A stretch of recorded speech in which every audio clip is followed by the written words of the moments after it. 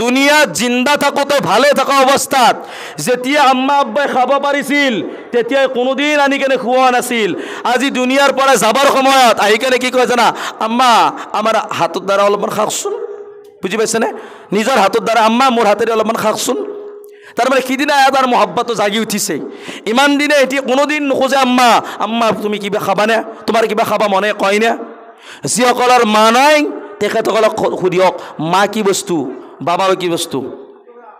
আৰু যাৰ মা আছে সি খিদমতে নকৰে। সেইটো কাৰণে যাৰ যিসকলৰ বাবা মা আছে মা বাবাৰ কদৰ কৰক, যিসকলৰ নাই তেখেতসকলে মা বাবাৰ কাৰণে দোৱা কৰক, বেছি বেছি দোৱা কৰক, সদকা কৰক, দান কৰক।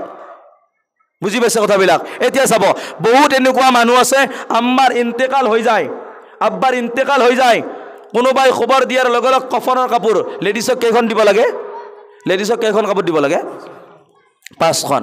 আৰু পুৰুষক 3খন। বাপেকৰ কাৰণে 3খন, মাকৰ কাৰণে 5খন কাপোৰ কিনি আনিছে আৰু কৈছে কি ঐ কাপোৰ কাকো দিব নিদিবি দেই, কফনৰ কাপোৰ মই দিম। আম্মাৰ প্ৰতি মোৰ মহব্বত আছে।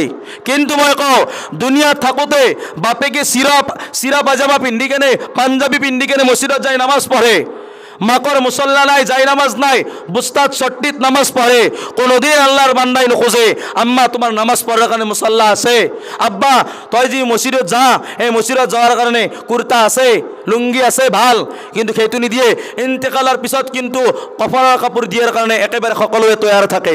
মই কওঁ সেইটো মহব্বত নহয়, মহব্বতটো সেইটোৱে হয় দুনিয়াত থাকোতে মা বাবাৰ প্ৰতি মহব্বত ৰাখি কেনে মাৰ জৰুৰত বাবাৰ জৰুৰতৰ বস্তুবিলাক মা বাবাই যিমান মৰম কৈছিল তাতকৈ বেছি মৰম কৰাৰ কাৰণে চেষ্টা কৰিব লাগে। মা বাবাই যদি চাটনি ৰুটি খুৱাইছিল তো মা বাবাক আমি মাংসহে মানে কি মাছে মাংসহে আমি খুৱাবৰ কাৰণে চেষ্টা কৰিব লাগে, কাৰণ মা বাবাই আমাৰ কাৰণে বহুত কষ্ট কৰিছিল। সেইটো কাৰণে আমি মা বাবাৰ প্ৰতি মহব্বত ৰাখিম নে? যিসকলে কৰিছে তো খুচ নচিব, যিসকলে কৰা নাই তো কৰাৰ কাৰণে চেষ্টা কৰিব লাগে। কৰিম ইনশাল্লাহ ন? তো এইটো কাৰণে আমাৰ বুজুৰ্গসকলে ধুনীয়াকৈ গজলৰ দ্বাৰা নকয় দ্বাৰা মা বাবার পায়ের নিচে মা বাবার কথা মতো যেজন চলে না, আল্লাহ নবীর দয়া তারা পাবে না। মা বাবার কথা মতো যেজন চলে না, আল্লাহ নবীর দয়া তারা পাবে না, আল্লাহ নবীর দয়া তারা পাবে না। মা বাবা অতি আপন, মা বাবাকে কর যতন, মা বাবা অতি আপন, মা বাবাকে কর যতন।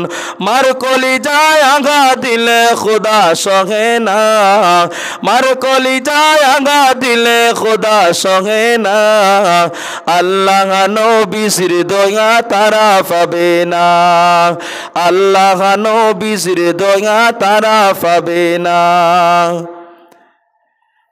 अल्लाह ताला मार क्यों अल्लाह रसूल सल्लल्लाहु अलैहि वसल्लम ने फरमाया क्या माँ के कदमों के नीचे की जन्नत असल होता मार कदमर तोला जन्नत নহয় मार खिदमतर पिछते जन्नत बुझी पाइसे मैं जी माँ बाबा खिदमत नकरो मैं जो कदमर हे जन्नतर आशा थको पाम नेকি जन्नत पाम नेকি नापाओ माँ बाबा खिदमत करिब লাগিব माँ बाबार खिदमत करिब লাগে তেতিয়া আমি কামিয়াবি হ'ব পাৰিম तो आमी सकलोए इरादा करो माँ बाबा खिदमत करिम एते जिসকলে नेকি नकरे সেই সকলৰ মই কথা এটা কওঁ সেই সকল নকৰাৰ কাৰণ কিয় জানে এক নম্বৰ গণ্ডগোল माँ बाबार एक নম্বৰ গণ্ডগোল কাৰ माँ बाबार আল্লাহৰ ওলি খাজা মাইনুদ্দিন চিশতি ৰহমাতুল্লাহি আলাইহি তেখেতৰ মা ও মা আপুনিও তো সন্তানের মা बरपिस साहब अब्दुल कादिर जिलानी रहमतुल्लाहि अलैहि मा ओ मा আপুনিও তো সন্তানের মা निजामुद्दीन साहब रहमतुल्लाहि अलैहि তেখেতৰ মা ও মা নাসিৰউদ্দিন বাগদাদি জলেশ্বৰত আছে তেখেতৰ মা ও মা আপুনিও তো সন্তানেৰ মা তেখেতৰ মাকৰ পেটত যদি আল্লাহৰ ওলি জন্ম পায় আপোনাৰ পেটত আপোনাৰ গৰ্ভত কিয় আল্লাহৰ ওলি জন্ম নাপায় বুজি পাইছে কথা কৰ তেখেতসকলৰ মাৰ পেটত যদি আল্লাহৰ ওলি জন্ম পায় আমালোকৰ মাসকলৰ আমালোকৰ মা ভনীৰ পেটত আল্লাহৰ ওলি কিয় জন্ম নাপায় জানে কিয় নাপায় গম পায় খাজা মাইনুদ্দিন চিশতি রহমাতুল্লাহি আলাইহি দুনিয়াত যেতিয়া আহিলে হিন্দুস্তানত অহাৰ পিছত তেখেতৰ হাতত 90ৰ পৰা 96 লাখ। কিমান? মইতো প্ৰায় কওঁৱেই। কিয় কওঁ জানেনে? মা ভনীৰ যেতিয়া বয়ান কৰা যায় তেতিয়াই বস্তুটো ওলাই আহে। কাৰণ তেখেতেওতো মাকৰ পেটৰ পৰাই হোৱা সন্তান, আপুনি আৰু মই তোমাৰ পেটৰ পৰা হোৱা। আপোনাৰ ল'ৰা, আপোনাৰ ভাই, মোৰ ভাই, মই তেনেকুৱা কিয় নহয় তেখেতসকলৰ দৰে? 1 নম্বৰ গণ্ডগোল, 1 নম্বৰ স্কুল, মাৰ পেট, মাৰ গৰ্ভ। কি? মাৰ পেট। খাজা মাইনুদ্দিন চিস্তি ৰহমাতুল্লাহি আলাইহি যেতিয়া নেকি ঘৰত দাখিল হয় তেতিয়া আমাজনক কয়, আম্মা জান মই বহুত আজি খুশি, বহুত খুশিত আছোঁ মই। তেতিয়া মায়ে ক'লে, বাবা মাইনুদ্দিন কিয়, তুমি ইমান খুশি কিয়? তেতিয়া তেখেতে কয়, এমা মোৰ হাতত 90-96 লাখ মানুহ ইছলাম গ্ৰহণ কৰিছে। কওক সুবহানাল্লাহ। বুজি পাইছে? কিমান মানুহে? 90-96 লাখ। কিতাপত আহে। তেতিয়া মাকে কয়, বাবা মাইনুদ্দিন এইটো তোমাৰ কোনো কামাল নহয়, এইটো তোমাৰ আব্বা আম্মাৰ মেহনত, আল্লাহ তাআলাৰ ফজল হয়। আল্লাহ তাআলাৰ ফজল তোমাৰ আব্বা আম্মাৰ মেহনত হয়। তেতিয়া কৈছিল বোলে কেনেকৈ? বোলে বাবা মাইনুদ্দিন যেতিয়া তুমি মোৰ পেটত আছিলা, গৰ্ভত আছিলা, তেতিয়া মই কোনোদিন তাহাজ্জুদ নামাজ কাজা কৰা নাছিলোঁ। তাহাজ্জুদ নামাজ কাজা কৰা নাছিলোঁ। বুজি পোৱা যায়, যিজনী মহিলাই গৰ্ভৱতী অৱস্থাত তাহাজ্জুদ নামাজ কাজা কৰা নাছিল, সেইজনী মহিলাই কোনোদিন 5 ওয়াক্ত নামাজ এৰা নাছিল।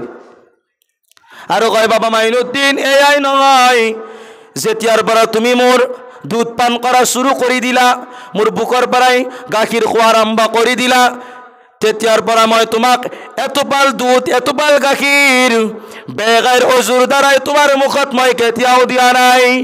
বুজি পাইছে? আৰু আমাৰ মা ভনীৰ মাথাত কাপোৰ নাই, বাচ্চাক গাখীৰ খুৱাই আছে। অজুটো বহুত দূৰৰ কথা। আৰু খুদে, ইমাম সাহেব দোয়া কৰিবা মোক নেক সন্তান লাগে।